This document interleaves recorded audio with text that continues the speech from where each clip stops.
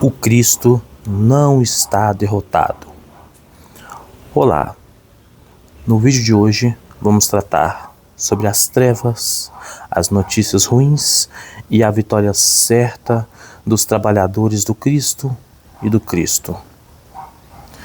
É comum vermos notícias horripilantes passando todos os dias nos jornais. E isso nos traz a sensação de que o mal está prevalecendo no mundo atual. Ocorre que isso não passa de um engano, pois nosso planeta é governado pelo Cristo. Nosso planeta não é governado por seres humanos falhos e muitas vezes corruptos. As trevas não têm poder para fazer frente contra um Cristo. E o pior, em todos os planetas, em todas as galáxias, há diversos Cristos trabalhando.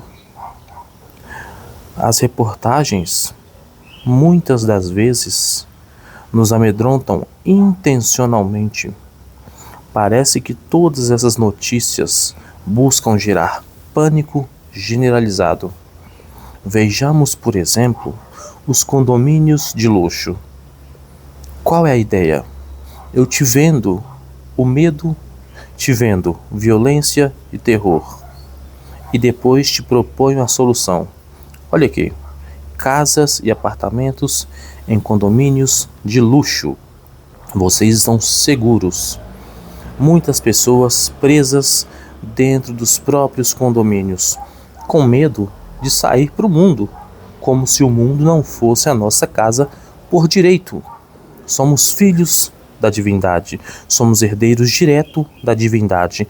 Então, o mundo é nosso por direito. E as trevas não vai nos tomar esse direito. Até porque ela não tem força para isso. Mais cedo ou mais tarde, cada joelho opositor se dobrará ao Cristo. Paulo de Tarso, o antigo Saulo de Tarso, era um grego extremamente culto, um doutor da lei que conseguia discutir a mais alta filosofia, exegese religiosa e história religiosa.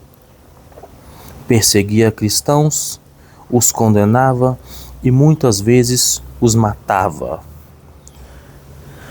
Quando estava a caminho de perseguir um cristão em específico, ele se depara com Cristo transfigurado em espírito. Aquela visão foi tão forte que para ele foi um brilho muito maior do que a luz do sol, a ponto de deixá-lo cego. O que ele disse para Cristo? Senhor, o que queres que eu faça? Ele imediatamente se rendeu e se dobrou diante da realeza do Cristo. Se Paulo, que estava extremamente convencido a perseguir os cristãos, se dobrou, você acha que outros tantos não se dobrarão? Cristo vê oportunidade em cada um. E Cristo provavelmente deve ter pensado assim, bem, se esse cara persegue os cristãos com tanto afinco, eu preciso dele do meu lado, porque a partir do momento que ele se converter, ele vai pregar o cristianismo com o mesmo afinco que ele perseguiu os cristãos. E olha que hilário, Paulo foi um dos maiores, se não o maior propagador do cristianismo por aí. Cristo acertou na mosca. E sim, existem muitos trabalhadores das trevas que estão se movimentando tanto, se empenhando tanto nas trevas, que Cristo vai trazer esses caras para perto. Por quê? Se eles trabalham com essa força no mal, imagina quando eles conhecerem o projeto do Cristo, o projeto esplêndido que Cristo tem. Eles vão se esforçar muito mais. Por isso que eles falam que Os mornos não entrarão no reino dos céus. Porque enquanto os mornos estão, nesse chove não molha, vai não vai, os trevosos estão agindo, trabalhando incessantemente, encontram Cristo, se convertem e imediatamente começam a trabalhar por Cristo, para reparar aqueles erros. E os mornos continuam dormindo. Acorda, ó tu que dormes. Então não creiamos que o Cristo é um ser ingênuo e desprovido de conhecimento. O Cristo é o ápice de tudo que pode existir na Terra. Se você acha que pode existir um mestre em oratória, esse mestre em oratória não é nada perto do Cristo. Um mestre em retórica, argumentação, é nada perto do Cristo.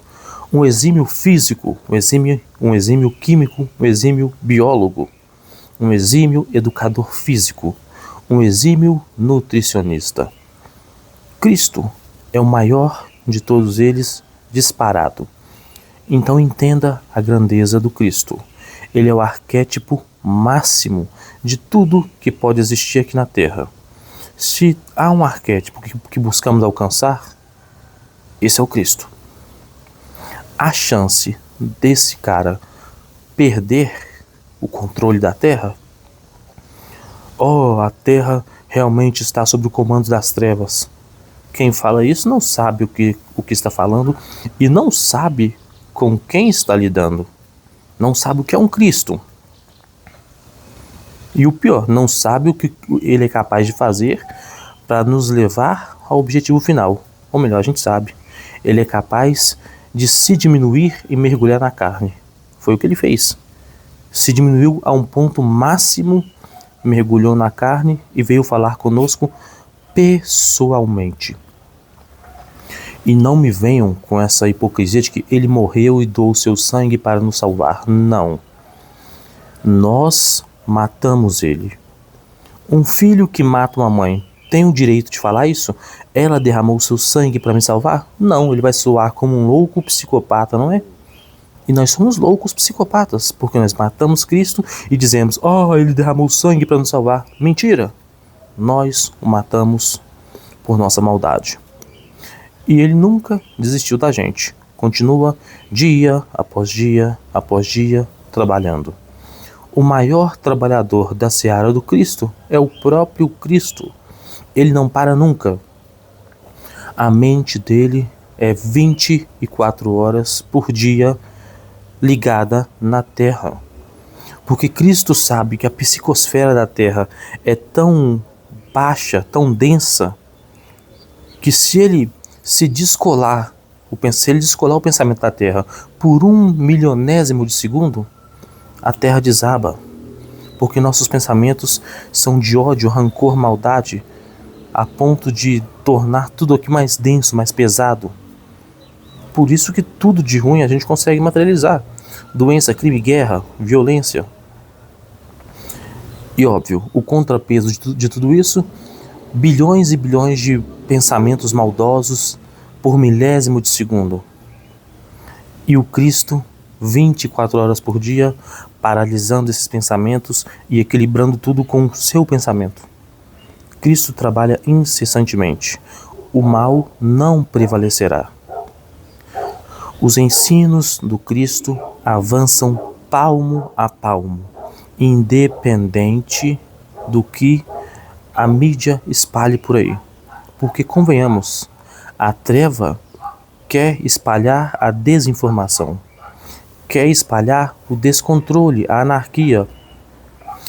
Porque a divisão acaba com os exércitos mais bem treinados do mundo.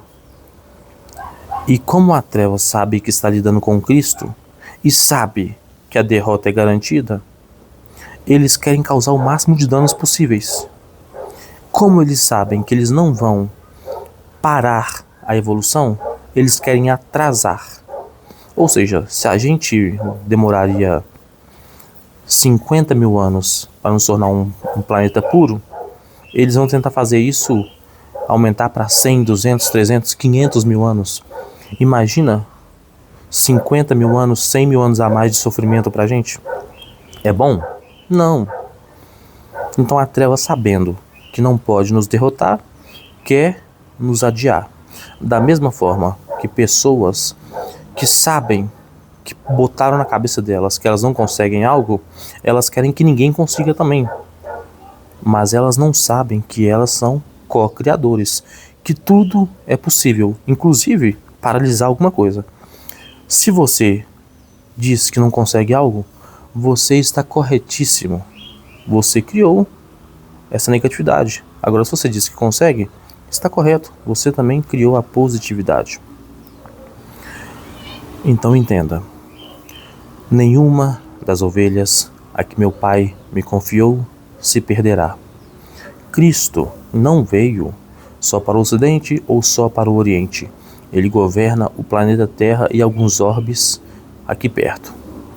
Então ele envia emissários para todas as regiões do mundo. Siddhartha Gautama Buda, Krishna, Gandhi, Francisco de Assis, Chico Xavier.